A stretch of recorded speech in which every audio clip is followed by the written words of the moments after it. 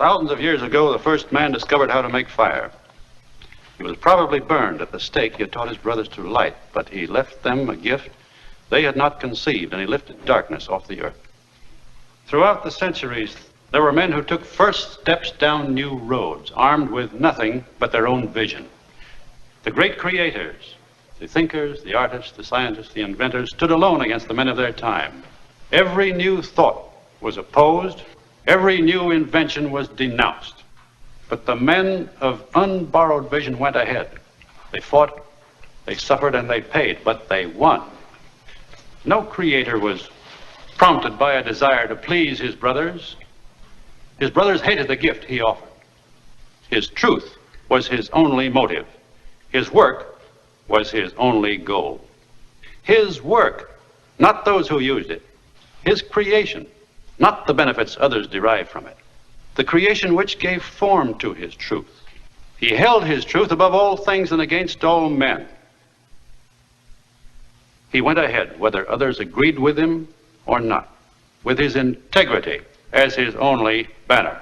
He served nothing and no one. He lived for himself. And only by living for himself was he able to achieve the things which are the glory of mankind. Such is the nature of achievement. Man cannot survive except through his mind. He comes on earth unarmed. His brain is his only weapon. But the mind is an attribute of the individual. There is no such thing as a collective brain. The man who thinks must think and act on his own.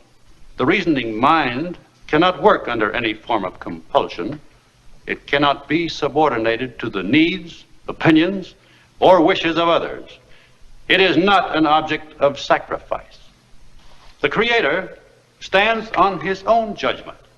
The parasite follows the opinions of others. The Creator thinks. The parasite copies. The Creator produces. The parasite loots. The Creator's concern is the conquest of nature. The parasite's concern is the conquest of man. The Creator requires independence. He neither serves nor rules. He deals with men by free exchange and voluntary choice. The parasite seeks power. He wants to bind all men together in common action and common slavery. He claims that man is only a tool for the use of others, that he must think as they think, act as they act, and live in selfless, joyless servitude to any need but his own. Look at history. Everything we have, every great achievement has come from the independent work of some independent mind. Every horror and destruction came from attempts to force men into a herd of brainless, soulless robots without personal rights, without personal ambition, without will, hope, or dignity. It is an ancient conflict. It has another name: the individual against the collective. Our country, the noblest country in the history of men, was based on the principle of individualism, the principle of man's inalienable rights. It was a country where a man was free to seek his own happiness, to gain and produce, not to give up and renounce, to prosper, not to starve, to achieve, not to plunder, to hold as his highest possession a sense of his personal value, and as his highest virtue his self-respect.